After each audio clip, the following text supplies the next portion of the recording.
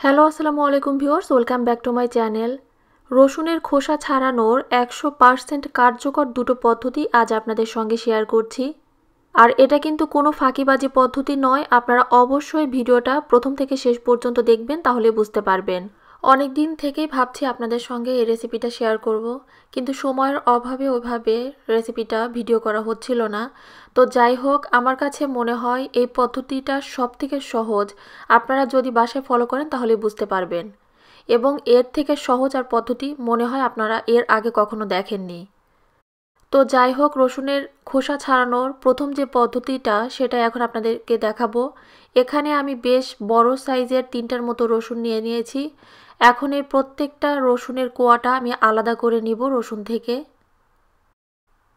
তারপর রসুনের যে শক্ত সাইডটা আছে, ঠিক মাথার এই পাশটা আমি কেটে নিচ্ছি। এখন এক এক করে সবগুলো রসুনের মাথাটা আমি এভাবে কেটে নিব। প্রথম পদ্ধতিটা আপনাদেরকে আমি মাইক্রোওয়েভে করে দেখাবো, তারপরে আপনাদেরকে আমি চুলায় করে দেখাবো। তো আমি যেমনটা বলেছিলাম, সবগুলো রসুনের মাথার এই অংশটা আমি কেটে নিয়েছি। এখন এই রসুনের কোয়াগুলোকে আমি একটা মাইক্রোওয়েভ সেভ বোল নিয়ে নিয়েছি। এখন এই বোলটার ভেতরে আমি দিয়ে দিচ্ছি কিছু রসুনের কোয়া। আর আপনারা যে বোলটাই নেন না কেন, সেটা কিন্তু অবশ্যই মাইক্রোওয়েভ সেভ হতে হবে। এরপর একটা ঢাকনা দিয়ে ঢেকে এখন এই বাটিটাকে আমি মাইক্রোওয়েভে 40 থেকে 45 সেকেন্ডের জন্য এই রসুনগুলোকে গরম করে নিব। তবে এক একটা মাইক্রোওয়েভের তাপমাত্রা এক এক রকম হওয়ার কারণে সময়টা একটু কম বেশি লাগতে পারে। যদি দেখেন যে রসুনগুলো খোসা থেকে খুব সহজে বের হয়ে আসছে না, তখন আপনারা চাইলে আরও 5 অথবা 10 সেকেন্ডের জন্য এগুলোকে গরম করে নিতে পারেন। তবে গরম করার সময় খেয়াল রাখবেন এটা যেন খুব বেশি গরম না হয়ে যায়, তাহলে কিন্তু রসুনগুলো সিদ্ধ হয়ে যেতে পারে। এরপর বাটিটা আমি মাইক্রোওয়েভ থেকে বের করে নিয়েছি। এখন এই রসুনগুলোকে আমি ঢেলে দিচ্ছি।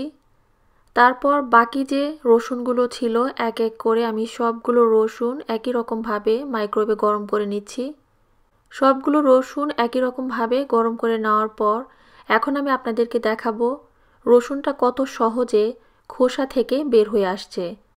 দেখুন, আমি একটা রসুনের কোয়া নিলাম এবং হালকাভাবে একটু চাপ দিলে কিন্তু রসুনটা খোসা থেকে খুব ইজিলি বের হয়ে আসছে।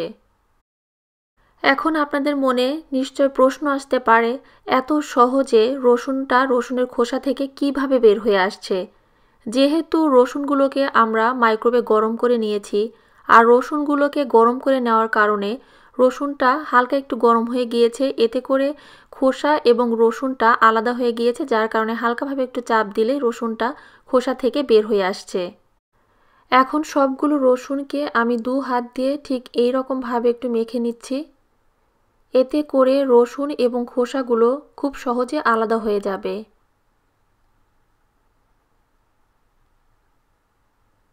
রসুন এবং খোসাগুলো আলাদা হয়ে যাওয়ার পর এখন আমি রসুনগুলোকে এক এক করে একটা বোলে তুলে নিচ্ছি। কি বলেছিলাম না, রসুনের খোসা ছাড়ানোর সবথেকে কার্যকর পদ্ধতিটাই আপনাদের সঙ্গে শেয়ার করব। নিশ্চয় দেখে বুঝতে পারছেন এটা কতটা কার্যকর পদ্ধতি। আর আপনারা তখনই বুঝতে পারবেন যখন এটা বাসায় ট্রাই করবেন। তো সবগুলো রসুন আমি খোসা থেকে আলাদা করে নিয়েছি। এখন এই রসুনগুলোকে আমি ফ্রোজেন করব, সেজন্য এখানে আমি একটা জিপলক ব্যাগ নিয়ে নিয়েছি। এখন এই ব্যাগটার ভেতরে আমি রসুনের কোয়াগুলো দিয়ে দিচ্ছি। আর জিপলক ব্যাগের ভেতরে এই রসুনগুলো দেওয়ার আগে কিন্তু অবশ্যই সবগুলো রসুন ঠান্ডা করে নিতে হবে, এবং ব্যাগের ভেতরে যেন কোনো ধরনের কোনো বাতাস না থাকে সেদিকেও কিন্তু খেয়াল রাখতে হবে। এরপর এই রসুনগুলোকে আমি ডিপ ফ্রিজে রেখে দিব, এবং আমার প্রয়োজন অনুযায়ী যখন খুশি এটাকে ইউজ করতে পারবো। এখন আমি আপনাদেরকে যে পদ্ধতিটা দেখাবো সেটা চুলায় করে দেখাচ্ছি। তো চুলাটা অন করে এখানে একটা প্যান নিয়ে নিয়েছি এবং এতে দিয়ে দিচ্ছি আমি কিছু রসুন। আর একই রকমভাবে এখানে রসুনের মাথাগুলো কিন্তু আমি কেটে নিয়েছি। এখন একটা ঢাকনা দিয়ে ঢেকে দিব, আর চুলার আঁচটা কিন্তু আমার অবশ্যই লোতে রাখতে হবে। কিছুক্ষণ পর ঢাকনাটা খুলে এটাকে একটু নেড়ে দিচ্ছি। আর রসুনগুলোকে কিন্তু খুব বেশি গরম করে ফেলা যাবে না, এতে করে রসুনগুলো সিদ্ধ হয়ে যেতে পারে। রসুনগুলো হয়েছে কিনা সেটা বোঝার একমাত্র উপায় হচ্ছে একটা রসুন নিয়ে হালকাভাবে এভাবে একটু চাপ দিবেন। যখন দেখবেন রসুনটা খোসা থেকে খুব ইজিলি বের হয়ে আসছে তখন বুঝতে হবে যে রসুনগুলো হয়ে গিয়েছে।